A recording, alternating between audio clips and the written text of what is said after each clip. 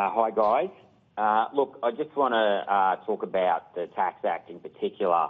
I know that you've got issues with the limit on debt deductions, but there's another side to the equation of this, and that is that if you hold a non-portfolio interest, if a foreign company holds a non-portfolio interest in a company, i.e. less than 10%, they don't have to pay capital gains on the profit, the capital gains profit they make when they sell that land.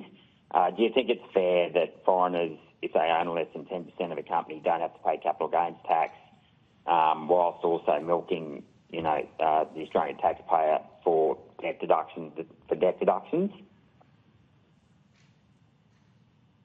I'm not sure who that question was directed to. It might be better for later witnesses in the day, Senator Rennick. Well, they just raised the issue here of the fact that someone mentioned before.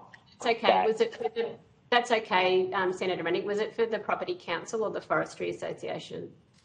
Oh, it was about 10 minutes ago. It was basically claiming that, and it's true, that you can't get a tax deduction against all of your expenses, but you have to pay on all of the income.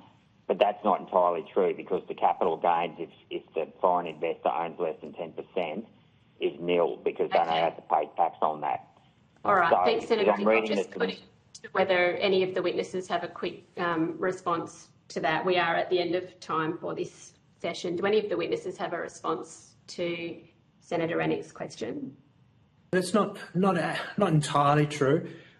Certainly, non-residents do pay tax on their fair share of the rental income that's collected by the property sector through a withholding tax regime. So all of the income is subject to tax. The 10% is that's a CGT exemption about what's inside the Australian tax net and what's not.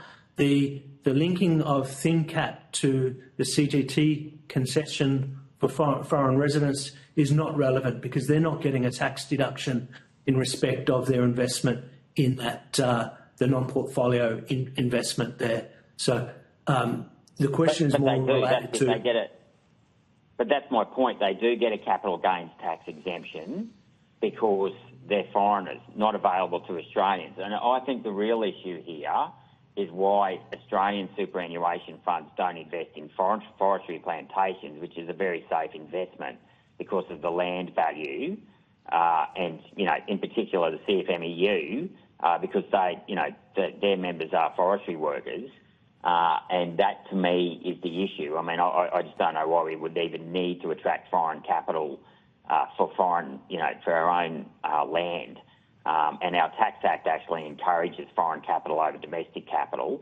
And I think that's, in terms of those CGT concessions. And I think that's the underlying issue here. Okay, thank you very much, Senator Rennick.